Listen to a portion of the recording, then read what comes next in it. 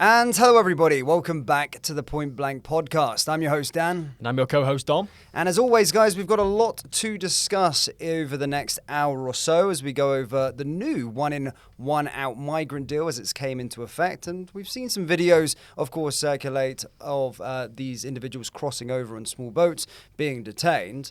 We're also going to be discussing, have reform gone woke? And what else are we discussing, Dom? Yeah, there's a lot to get into. Obviously, the current revelations around Middleton as well, not being backed by reform, and the change in their parliamentary position for mayor, for the mayor of government run. So yeah, there's a lot to get into. Dan. And then we'll go into the United States as well, a bit on Russia, as well as meetings are about to start with regard to Trump and Putin. And then, yeah, we'll discuss whatever comes our way. But let's get straight into this one in, one out migrant deal. Of course, last month it was announced, of course, that this was going to be going ahead. And Keir Starmer at the time, of course, said that this was a breakthrough moment, which turns the tables on people smugglers who bring them here. Now, of course, this came into effect a couple of days ago, and already we've seen it work, I suppose. I mean, I'm going to get your opinion on it, but the Home Office posted this video of them being detained and, yeah, sent on the way.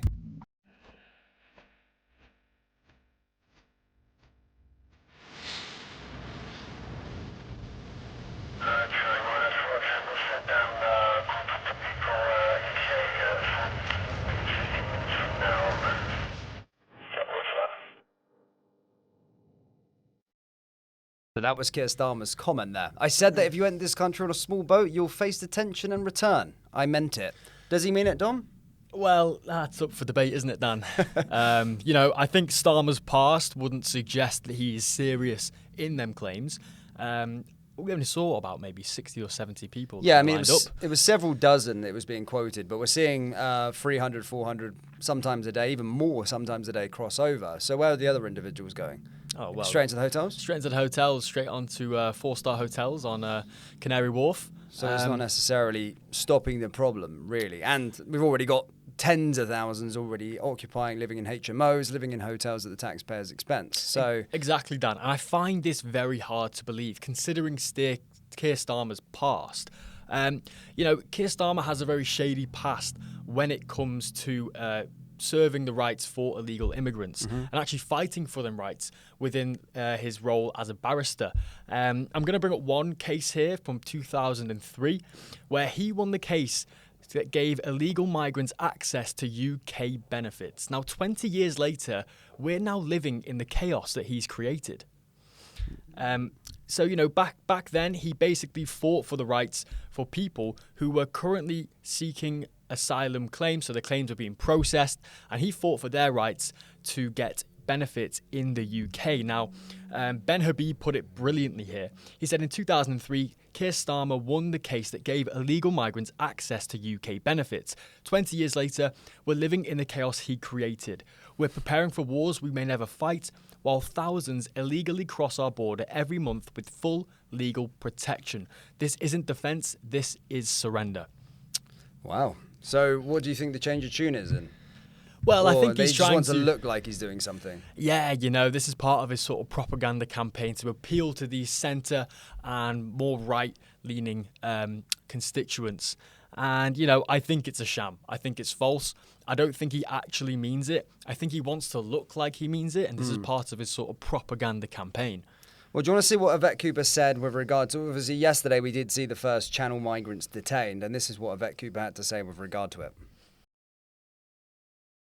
Has now begun, and the first migrants who arrived on small boat are now in detention. That is the first step to removing them to France, because no one should be making this journey in the first place, and that's why this is now starting the process to return people and to undermine this vile trade in people. You won't say how many have been detained, though. There could be just 2 people detained yesterday. Don't the public have a right to know?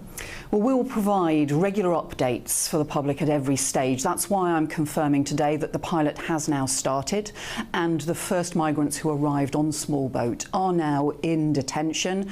The transfers to immigration removal centres are underway as we speak, so we won't provide operational details at this point that criminal gangs can simply use and exploit. But no one should be in any doubt. Anyone who arrives from now on is eligible for immediate detention and return, and this pilot will now build because we are determined that no one should be making this journey, and this is a vile trade in people.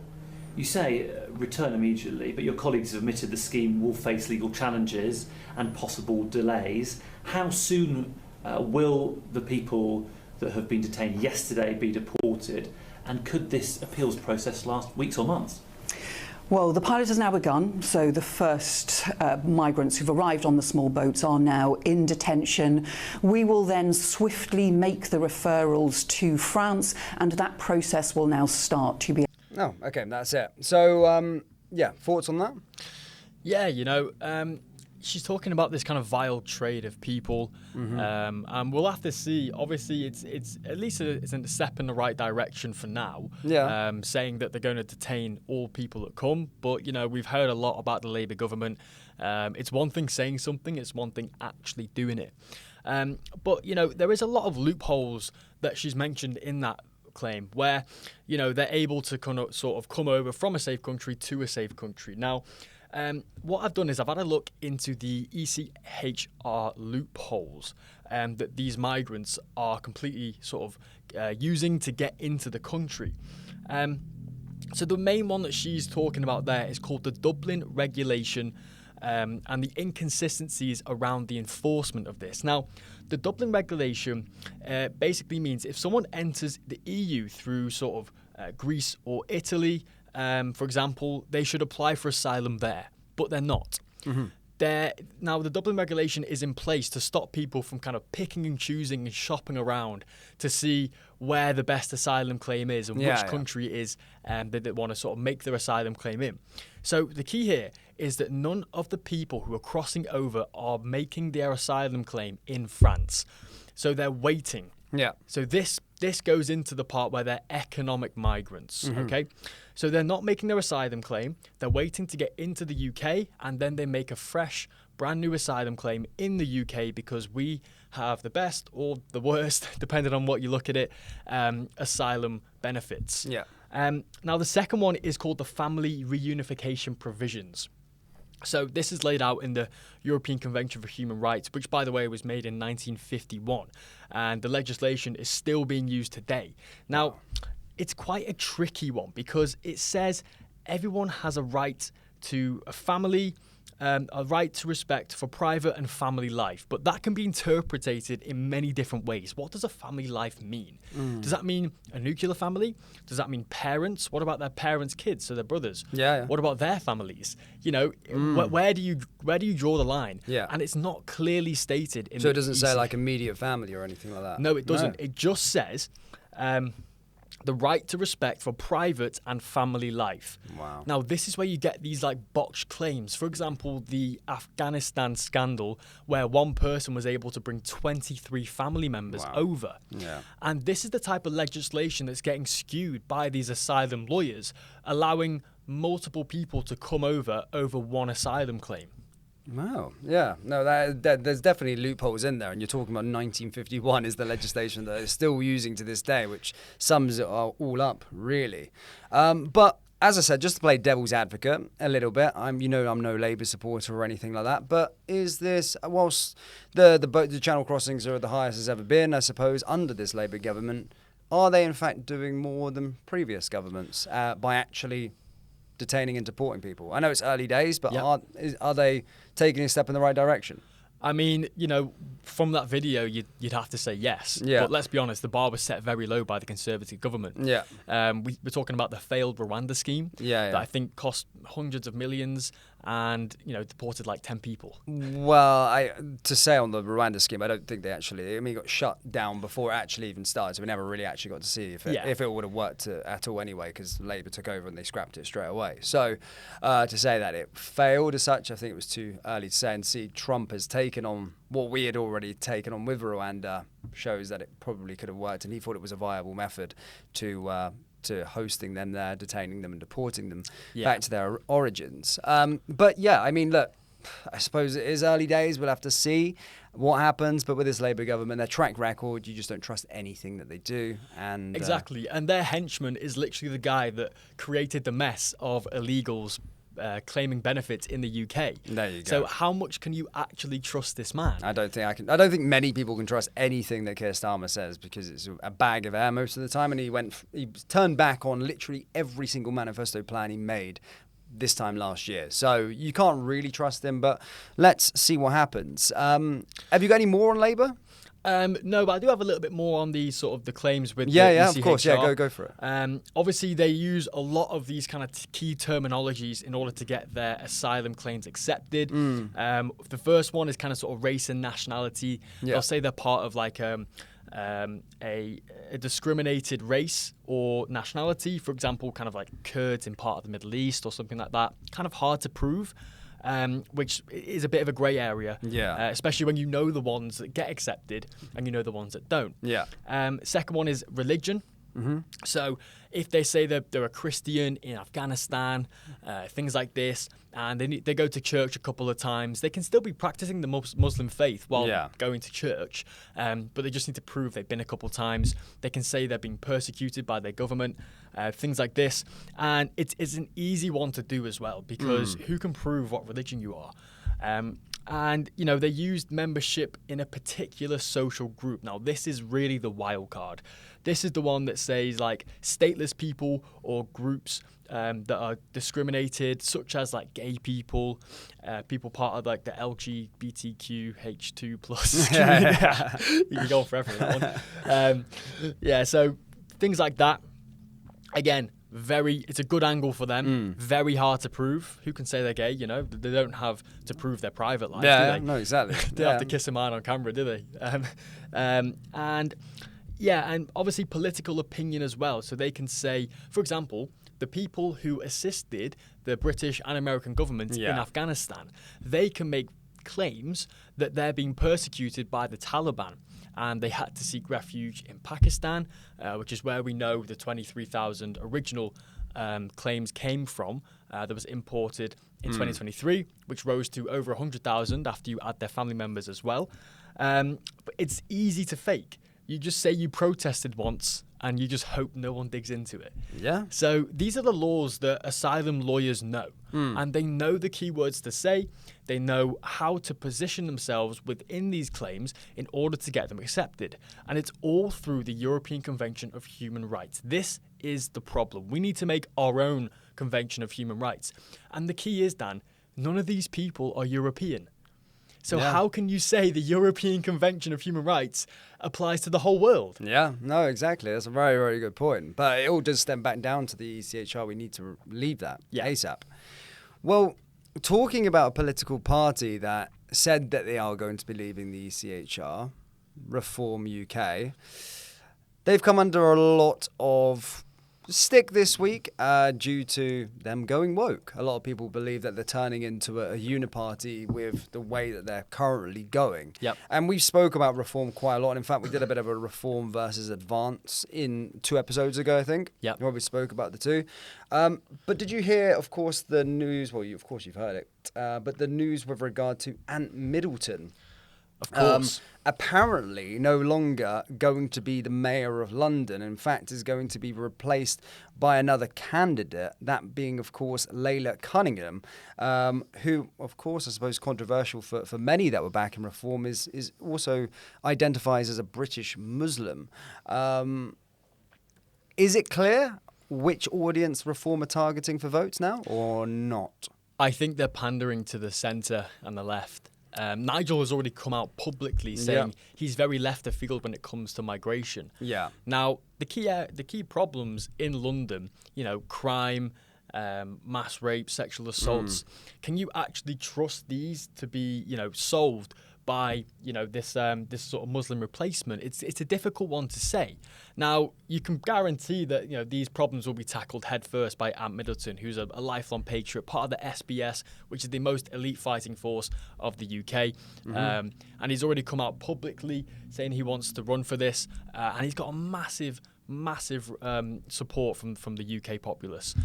Well, I thought that was the plan. I think that was what many Reform voters, Reform members were actually thinking. I mean, he did that speech at that Reform conference, I want to say, and he spoke very passionately, went viral, and everyone really got on the wave of course, Ant Middleton running for the London mayor role. But now this news just came out with regard to it and stating that he's no longer going to be the candidate for Reform, which probably suggests going back to it again. Ant Middleton, over the last month, 6 weeks, has came out publicly in defence of, guess who? Tommy Robinson. Yep. Now, we've seen in the past members of Reform that are win there and they speak about Tommy Robinson in a positive light. They're then shuttered away and then replaced because Nigel doesn't want people that like Tommy Robinson in the party, or at least publicly advocate for him. Also, I think on the 13th of September, he's going to be speaking at the Free Speech Festival, of course, United Kingdom, hosted by Tommy Robinson. Do you think this is the reason as to why? Because Ant Middleton is a very popular choice amongst the core group of Reform supporters. Yeah, I think this could be sort of the final nail in the coffin for a lot of Reform voters. We want to see change, and we need real change in London, and we need a strong, authoritative figure, ex-military, no nonsense, no bullshit.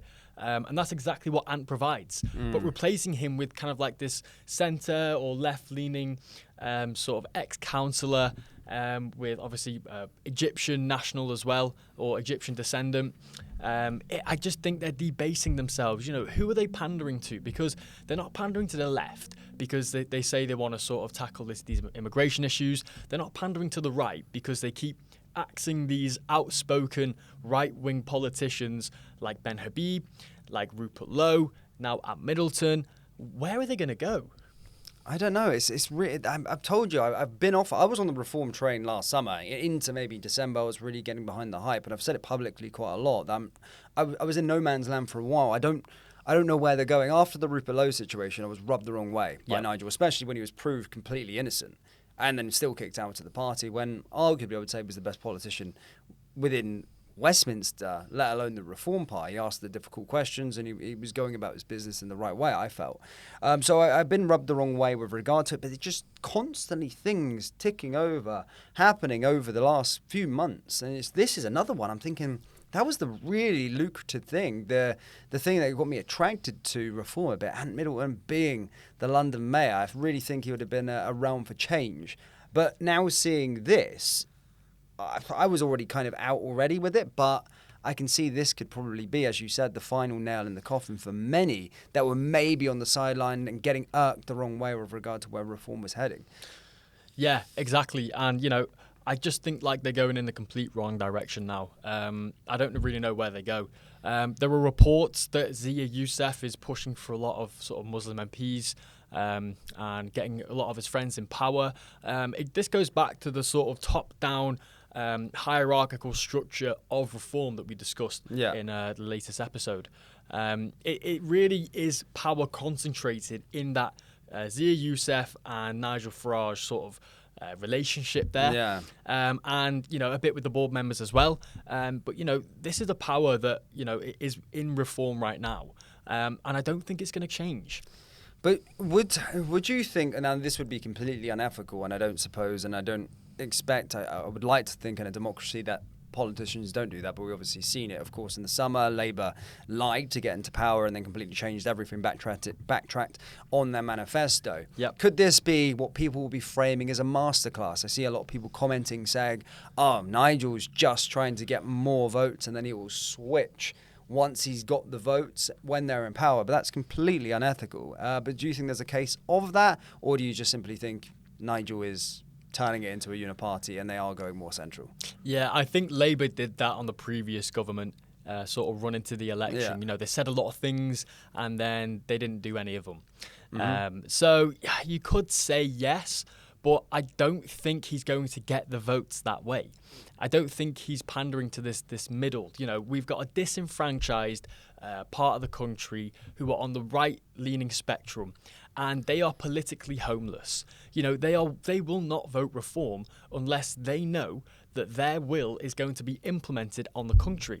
So if he's pandering to this like middle or left-leaning, then we've got basically three left parties with the Tories, Labour and Reform. It's Just to stop you there, I would say the Tories are playing probably the more hard right stance in politics right now, funnily enough, which is a shame because they had 14 years to get enacted things. But Yeah. they're probably more hard right than Reform, which is crazy, right? Well, it's easy to say when you're on the sidelines, Yeah. you know, oh, we can do this, we can do that, you're bad, pointing the finger. They were in power for 14 years. Yeah. They have lost their trust. Right. And they do not deserve to be re-elected. And I don't think they will. I think we'll see a lot of change and a lot of decrease in their popularity. They can say whatever they like. They have lost the trust of this nation. So where is Nigel going? Is he woke? I think he's woke, mate. Well, why is he going woke? In your opinion, why do you think Reform are going woke? Why do you think they're pandering to it? Is it just for votes? Or is it just simply, is there something maybe above that are pulling the strings here a little bit? Well, I'm glad you've mentioned that. I think it is external influences that are pushing these policy changes and candidate changes onto Reform. So you've got this guy called Basim Hajar. And he is sort of a Tory donor who's defected to Reform. Yeah. He's donated £1 million to them. And he is sort of part of this like World Economic Forum policy implementation that we've seen all of Conservative and all of Labour be part of as well.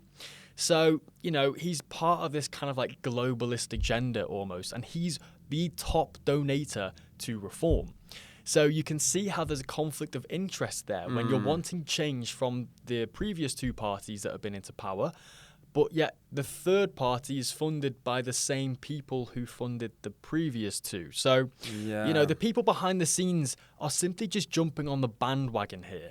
And I don't think you're going to get that same change implemented when you've got people like this who have so much influence over policy. Interesting. So Reform, that you're talking about the people that are politically homeless, we've seen a bit of momentum. We spoke about it a couple of episodes ago with regard to Tommy publicly endorsing Advance UK. Yeah. News yesterday came out that they've now got 25,000 members, which is not bad at all, really. It's not bad at all. You know, it's nothing to sneer at, I suppose. At 30,000, they can officially launch their party in the UK. There you go. So it's a very, very interesting time and an interesting precedent. But if you're looking at it now with Advance, you surely got a few options here ready to go. And Middleton, London Mayor. Yeah. You're already going to get the Reform people that, of course, are going to be really pissed off. And I've seen it because I did a video on it the other day. Yep. And I've seen the comments. And I know my channels don't speak for everybody, but they speak for quite a lot of people, how they feel in the right. And I said, I seen them say, no, this is the bit that's made me change now. I'm no longer back in Reform because they got rid of Ant Middleton. So could Advance UK be on to something here if they then take him to be the London Mayor candidate? Yep. Firstly, you've also got a few people that are very popular. Rupert Low, could he be grabbed into things? I think he has to be grabbed into things. I think we need our best players on the pitch. I know Rupert Low is doing this Restore Britain movement right now. It's a movement, right? It's not a party. Though. Exactly. Yeah. It's not. He's sort of sitting on the sidelines. I don't really get what he's doing because he is absolutely loved by, you know, a lot of people on the right. He needs to get into the fight, into the action. I think he was quite influential in creating Ben Habib's party. Ben Habib came out and said that this party was created by both of them in terms of sort of laying out the constitutional legislation that the party is built on. But then he kind of switched last minute to do a movement. Now, Ben Habib puts this perfectly. I don't think we need another movement in the UK. We need to fight fire with fire. Yeah. We need another political option that really embodies the disenfranchised people in this country. And that is what Advance UK is doing right now.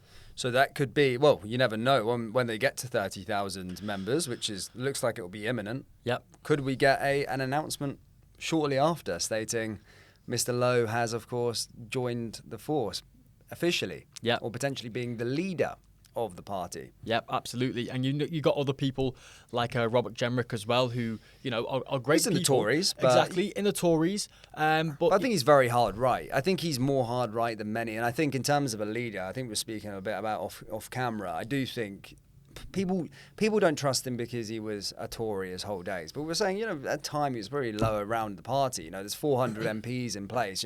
One man can't make a change. But certainly if he wanted to make a change, you get into the, the hard right stance, then this could be a coup by Advance UK and bringing in someone like that, assembling your Avengers, if you like, getting them in, Rupert Low, Tommy's, he's there, but you've got Robert Jenrick, and then just building your sort of team ready to fight. And I think those two, if you could get them into the party, and Middleton as well as the mayor, already then you've got a really attractive proposition for people that are, again, straggling off reform, losing confidence in them, but also the people that are politically homeless, as you stated, and want real change, not just stopping the boats, but mass deportations, wanting to clean up the cities, wanting to stop crime, bring them down to a different level.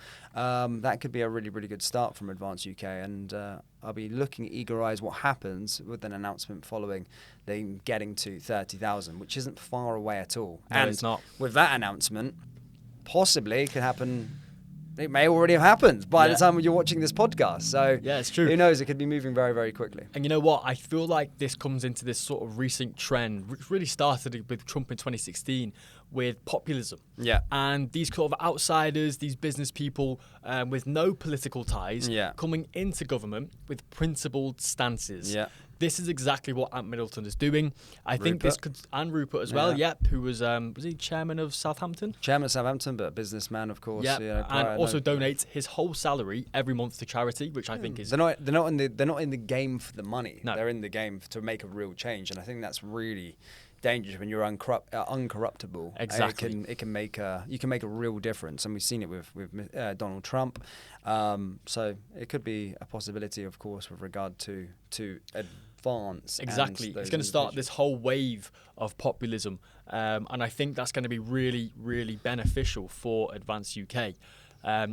We had this sort of discussion, if you're just sort of like hiring people from the Tories and from Labour and from Reform, how much change can people expect when you're just getting in these lifelong politicians, you're just rebranding them and putting them into this new party? How much change can you actually, expect from this?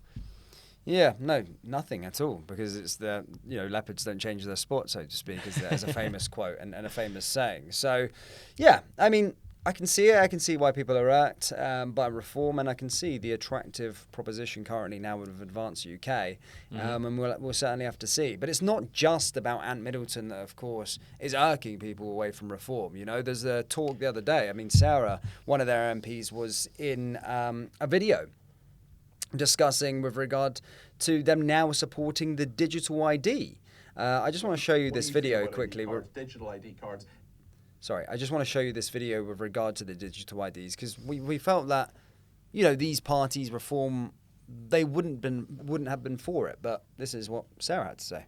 What do you feel about ID cards, digital ID cards? Is that something that Reform UK would support?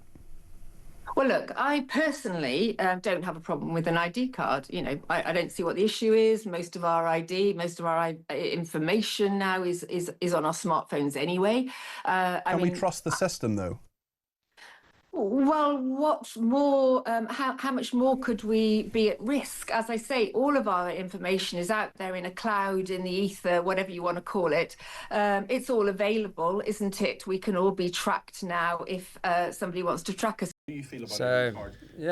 Yeah, I don't think she really knows the sort of bad viewpoint that people have about this. It goes into that kind of like Orwellian state, that big brother that's always looking over at you. I think people have a right to anonymity online, and that completely goes against that sort of right. Yeah, no, exactly. So, I mean, there's quite a lot of things. I mean, I don't want to spend too long, begrudging reform and what they're all about, because we spoke about it, I suppose, intensely. It's just asking questions. And my point to the viewers watching, that maybe, again, I've said it time and time again, there is some real diehard Nigel supporters. You've probably seen it in the last podcast, in the comments. And that's absolutely fine. But it's about asking the questions for yourself.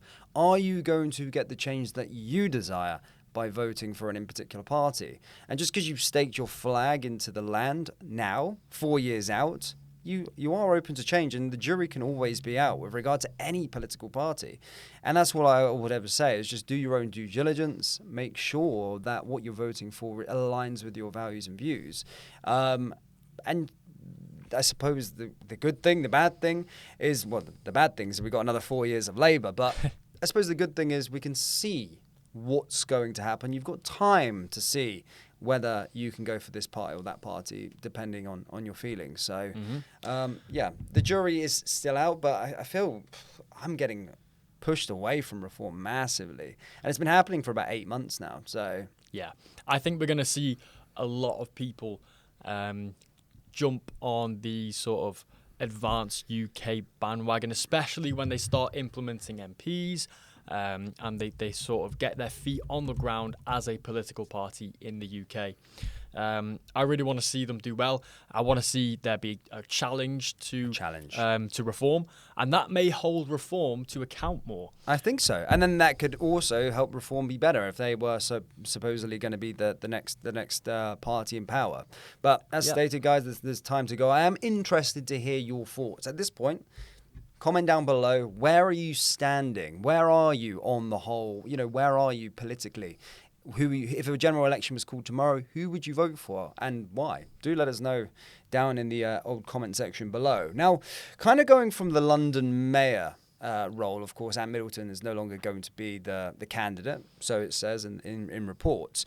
Yesterday, I seen this picture emerge on social media from London. Pavement signs warning people about London thieves have appeared in London. So as you can see there, a purple line saying, "Mind the grab.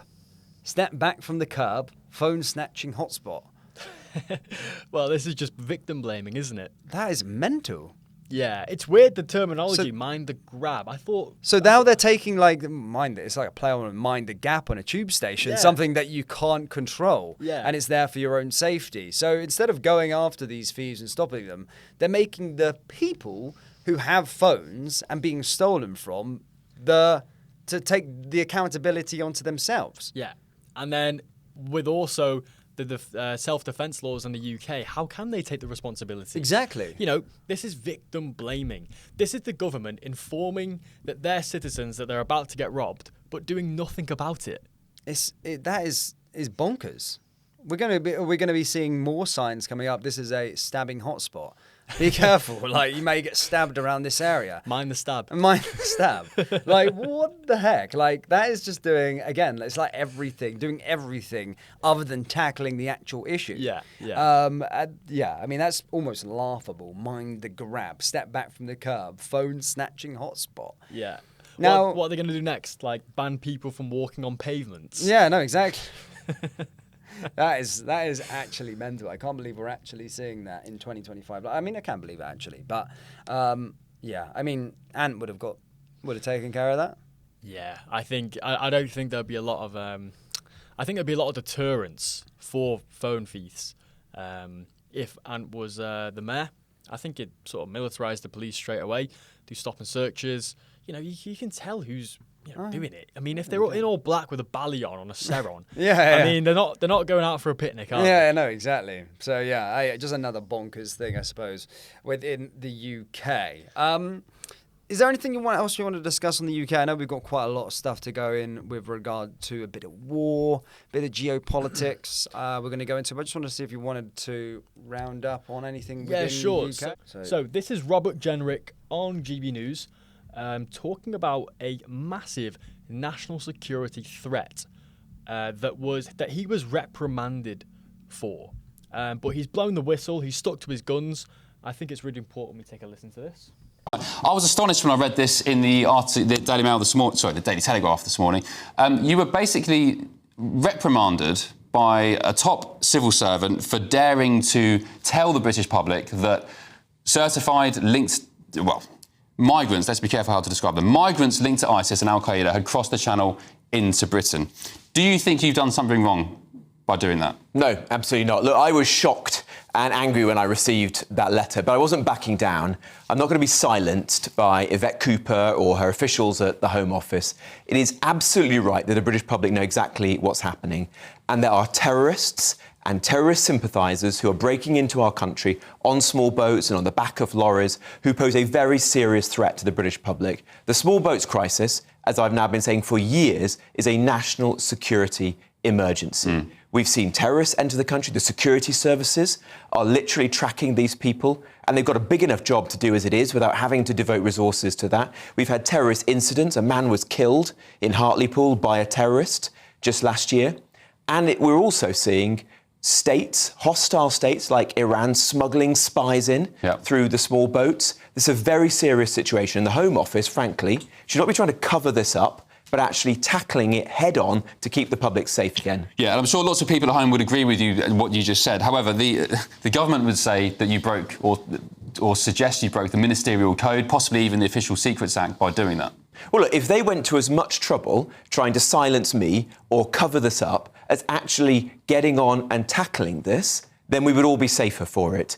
It is absolutely wrong that their first instinct is to cover up, not to get on, be open with the public about what's actually happening and take action. We've seen this time and time again. Look at crime that's linked to illegal migration. They refuse to publish the statistics. I've been saying for years now, and I'm tabling an amendment that's going to be before the House of Commons in September or October, to ask once again, let's publish the data on crime by nationality, by how you got into this country, by your visa status, by your asylum status. Let's have an honest debate and then, more importantly, act to keep the British public safe. And I simply want an immigration system and a response to illegal migration that puts the safety of the British public first, second and last, every single time. OK, Robert, Yeah, and this comes after a sort of national security threat where the Home Office identified a lot of ISIS terrorists that were claiming asylum in the UK.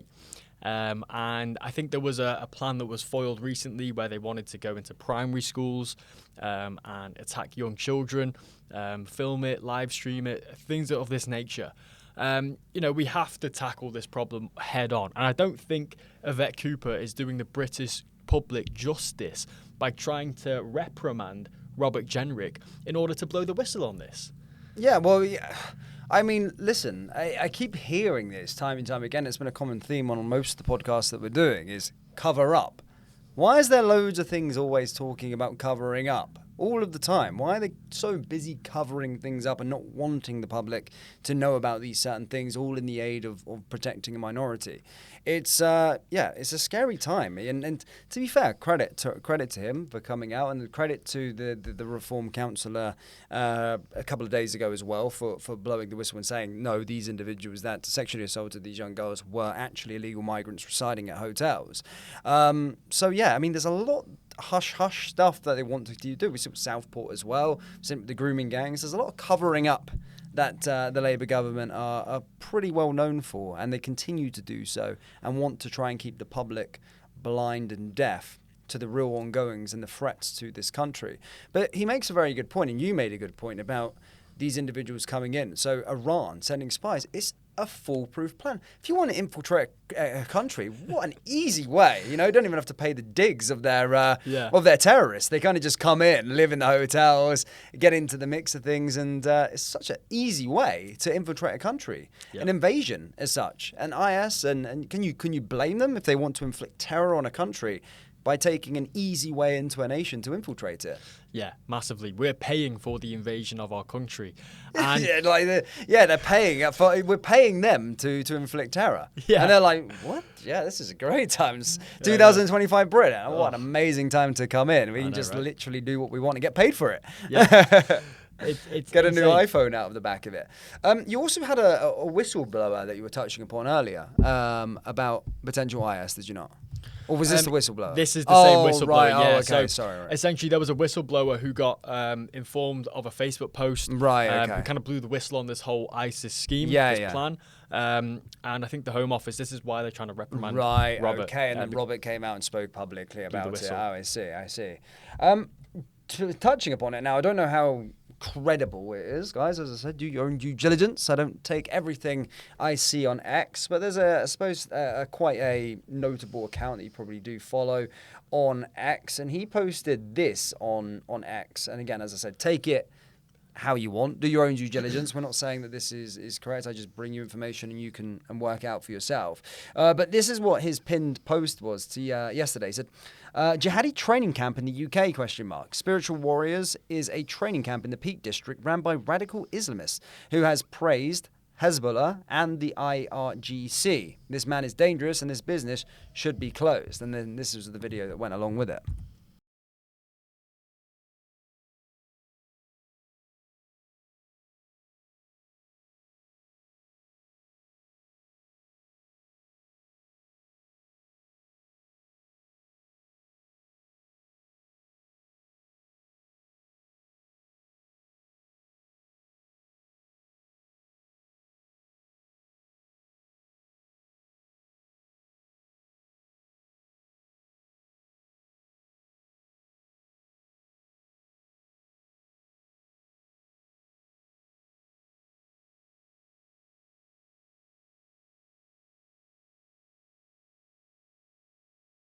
I mean, look, through that video, I mean, it could just literally be a Islamic, something, a training camp for people that are of Muslim faith. So you can't necessarily say jihadi thing. But I think what the point he's trying to make is the guy who owns this camp has praised Hezbollah and praised the IRGC. Yep. So that's where it comes a little bit more about what he could be trying to say to these individuals.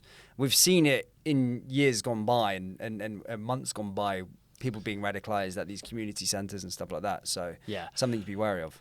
I think this is a call to action. Yeah. And, the IRGC is the Islamic Revolutionary Guard Corps, which was formed in 1979 in the Iranian Revolution. Which we obviously seen what happened following there. Yeah, we saw the change in the culture in Iran, going from very sort of westernized, revolutionary, to having this Islamic revolution, and the degradation of their culture since then. And this is what they're fighting for, the Islamic Revolutionary Guard Corps. Yeah. They're not here for a picnic, they're here for change. Yeah. And in their sort of last segment of that video, it was like success, faith, brotherhood. I mean, what does success look like for them? Is Sharia law success? Yeah. Is getting into parliamentary positions? Is being able to be strong and fight our state? Is that success? Yeah. It raises all of these concerns. And are we going to, do we want to allow these kind of militant groups? I say militant group, it's a training camp. I mean, look, listen, at the end of the day, it could literally, I think that the alarm is being raised because of the individual who owns the camp. Yeah. So he's recently and has praised, Hezbollah and the IRGC. So not to say that this camp remit is to radicalize people. Yeah. But the problem is with the individual who is in charge of this training camp. For all means, and out there, it could literally simply be a place where guys of the same religion, the same faith, come together to, who share the same beliefs about hard work, want to fight, all these kind of things. So it can be interpreted in many ways, and you have to be careful what you say. Yep. But I think the point is with regard to the owner and what his views and standpoints have been in years gone by. Exactly. And he's not praising the sort of westernized government, is he? He's praising the revolution of countries and their degradation. Yeah. He's praising known terrorist groups. And I think any citizen would be genuinely concerned about that. My question would be would I be allowed to attend this training camp? That would maybe the problem. If I'm not allowed to attend it, then it's not open for all, is it? Because I share a lot of those values, not Islamist religion or Muslim religion, but success, brotherhood. I like all that kind of thing. So would I be allowed a part of it or not? I mean, look, discrimination's okay if you're white. Oh, okay.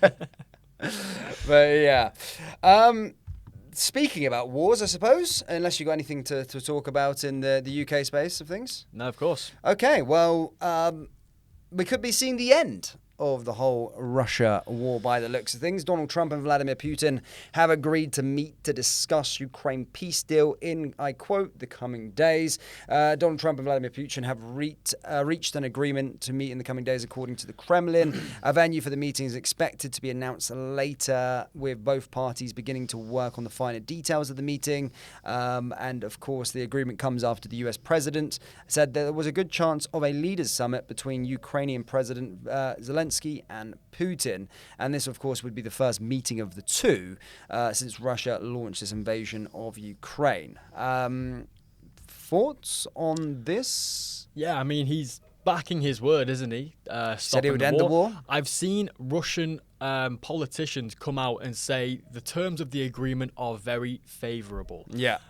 Which is a really good sign. Yeah. We just need the other party to play ball. Yeah. Zelensky's a hard nut to crack. Mm-hmm. You saw Trump and Vance really dig into Zelensky in that meeting. They weren't messing about there. If the US kind of withhold a lot of the funding and support for Ukraine, if they don't sign this, and if he doesn't sign it, things are going to get a lot worse in Ukraine. A lot more men will die. And Zelensky has to put his pride and his ego to one side, and he has to think about the innocent people that are getting killed every single day in this war. Me personally, I think it's a great thing. I want this war to stop as soon as possible.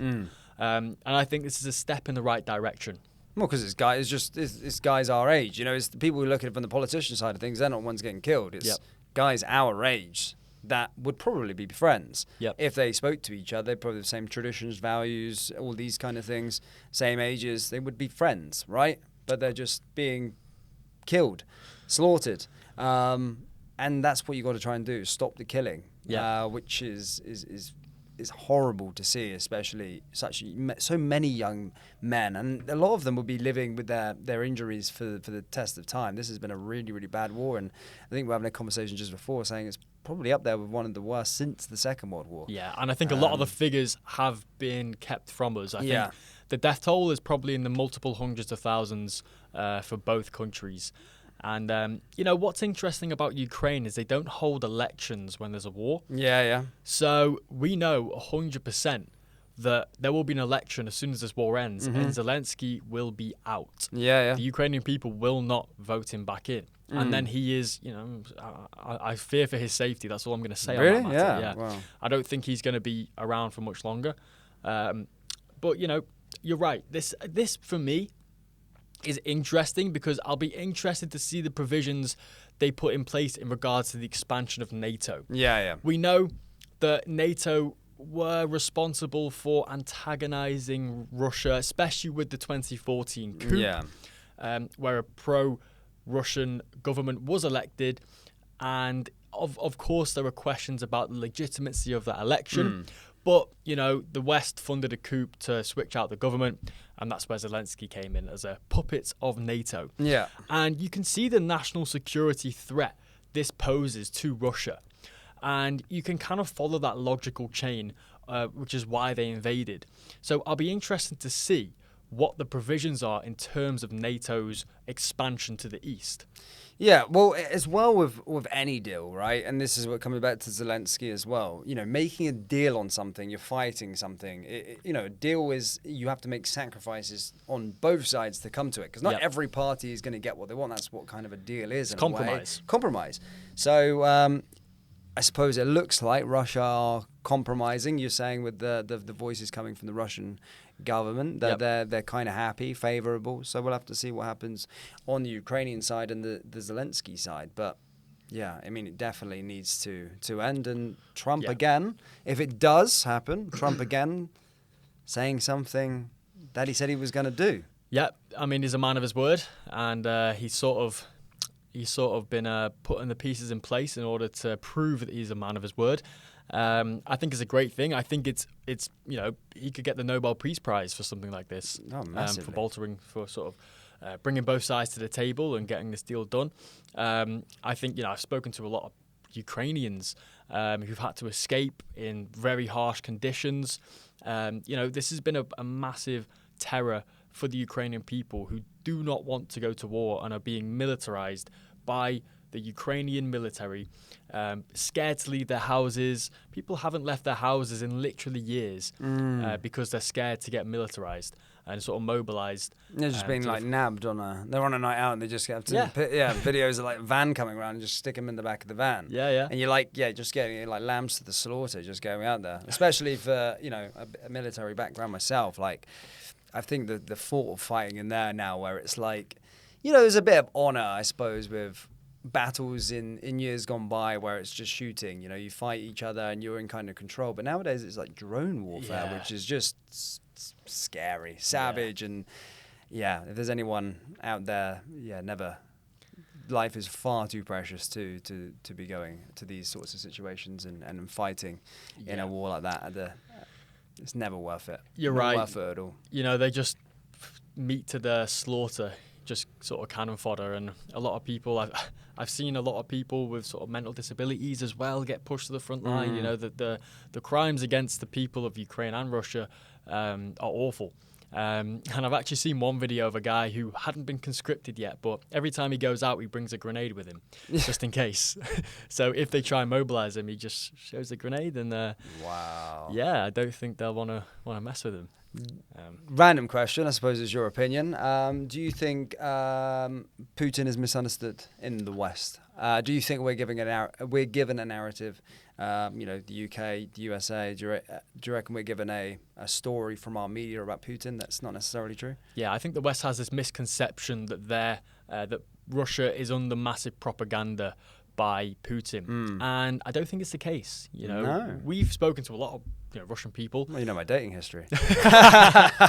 And exactly, the people like him. The people love him. Yeah, that's sometimes where it makes me think. Sometimes, like, of course, we listen to what we're told by our media, and this is the same media, by the way, that tell us all the other crap that tries to brainwash us with regard to anything. You can just take any case study.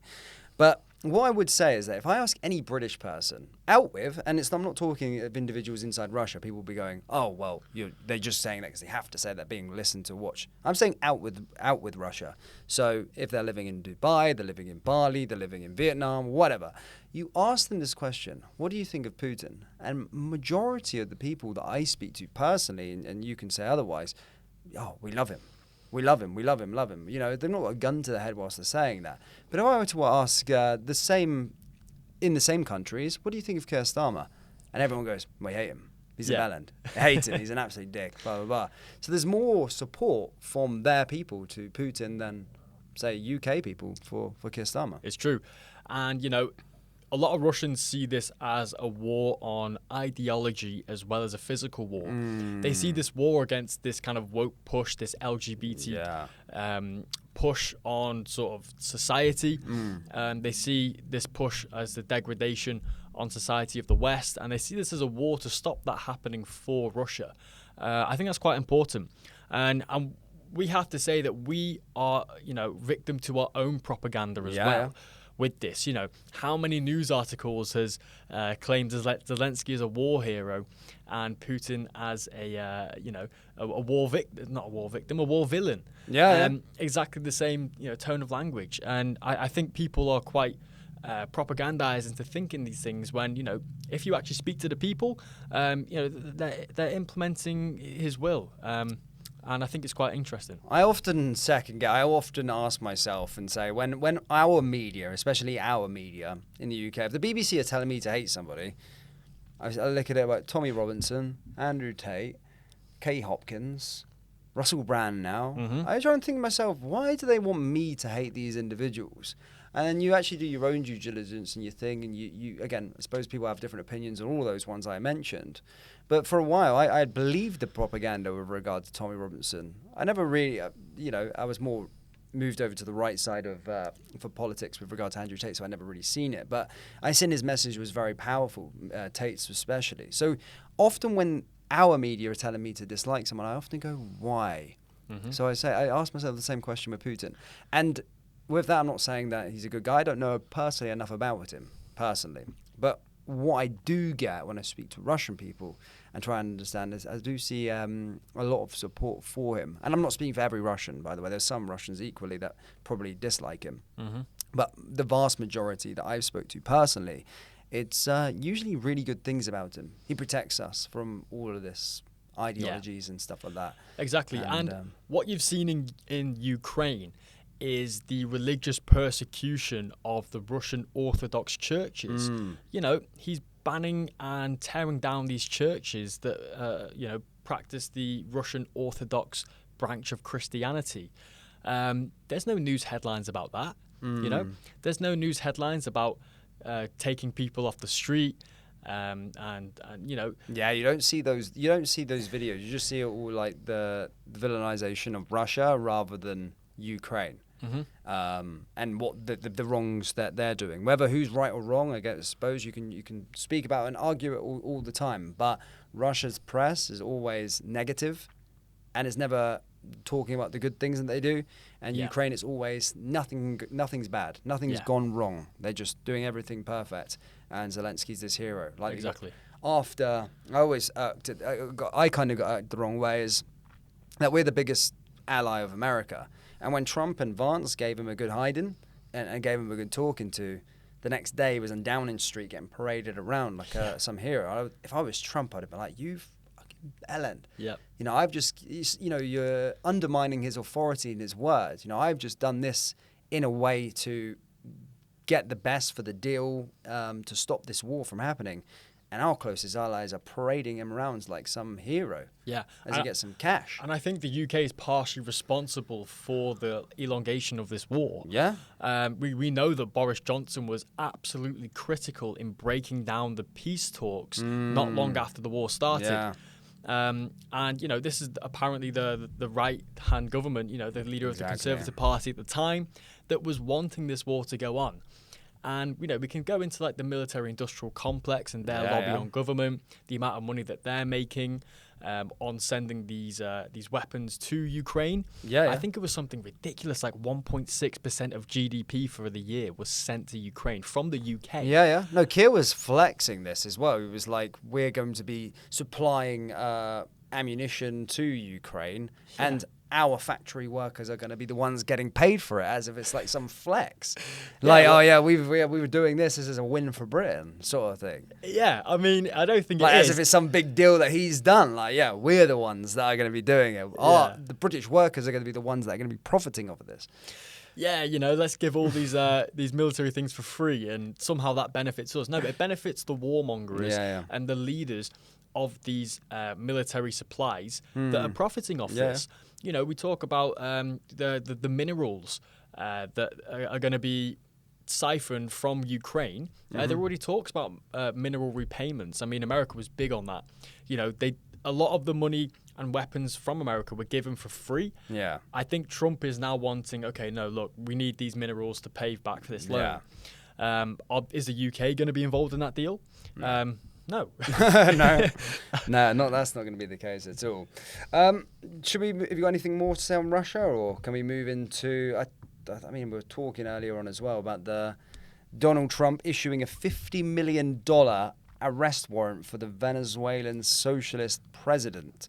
Do you want to let the viewers know on this one? Well, I think it's a big deal, okay, because the previous warrant was for 25 million, so they've just doubled it. Yeah. Now, this guy is the shadiest guy known to man, called Nicolas Maduro.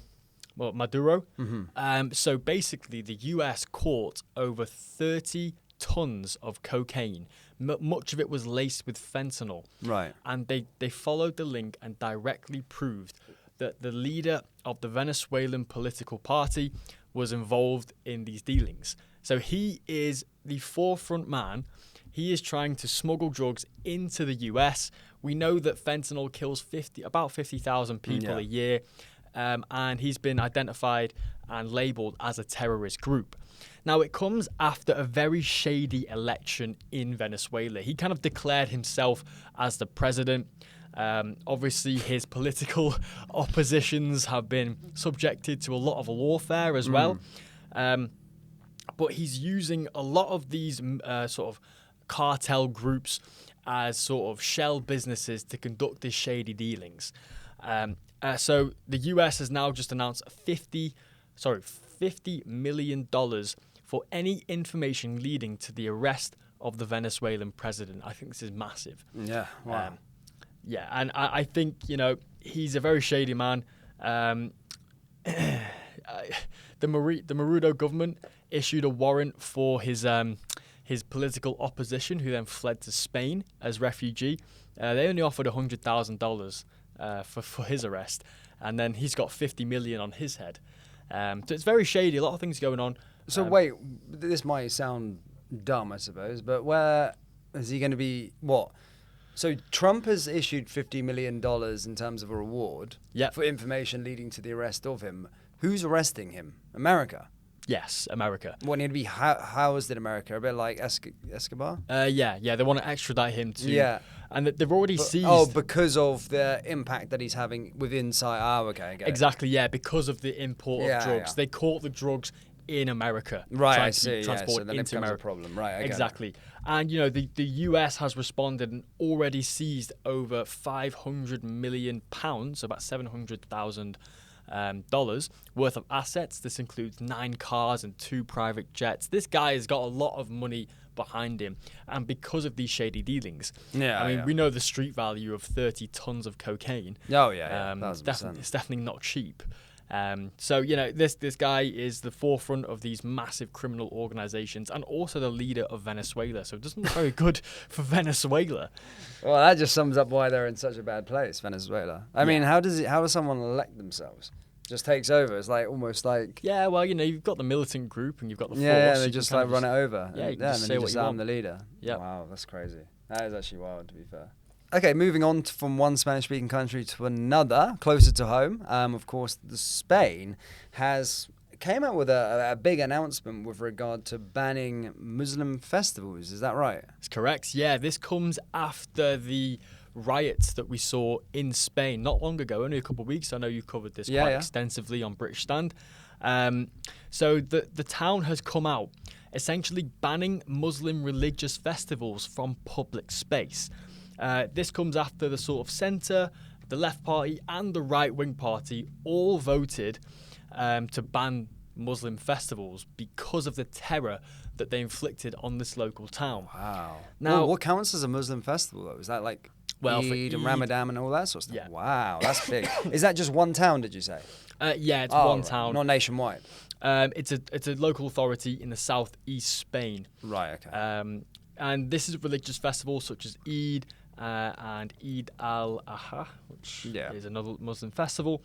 And the town is Jumilia, which, has a Muslim population of about 7.5%, but the population is very small. It's only 27,000. So still a lot of people of Muslim faith in this. Now, a lot of spokesmen have come out against this from the Islamic organizations, saying it's Islamophobic and discriminatory. They said they're not going after other religions, they're going after ours.